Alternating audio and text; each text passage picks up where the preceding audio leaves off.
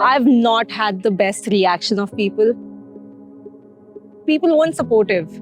They never thought like this could actually be a career. No one understood that. So it's always been a challenge. Even now, a lot of new visitors who come in, they question me that, is this your full-time thing? I'm like, yes, it is. I don't get any days off. I don't get to go home on any particular time. I'm even called in the middle of the night to come here if there's a medical emergency, because if you don't take care of them, you're going to lose the animal. To be very frank with you, I never thought about opening a petting farm initially. I wanted to do something with animals. I just knew that much. And the entire idea of working with animals essentially means either you open like a hospital or you have an NGO. One is very, very expensive. The other is not at all profitable. So my idea was, I should open up a farm where I have all these rescued and adopted animals, where people can come and interact with them, get to know them, and I'm able to sustain them as well, so that eventually, maybe 5 years down the line, I'm able to open a shelter.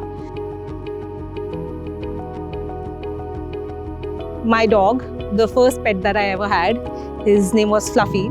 So when I lost him, that sort of really got to me, and I lost a part of myself as well, where I struggled emotionally quite a lot.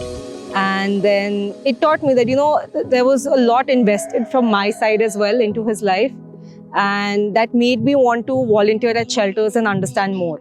And that's when I first volunteered at a shelter. What every human craves is connection, where people come in, they try to interact with them, and the minute an animal, looks back when they call them out, they become so happy.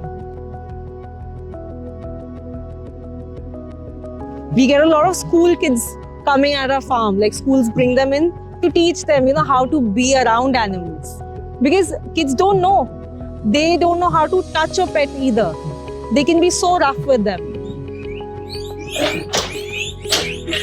They should visit places like Nature's Nest more often to at least start teaching their kids that what it's like to actually coexist with animals, and to learn that there's a concept called as empathy, respect, boundary, and care.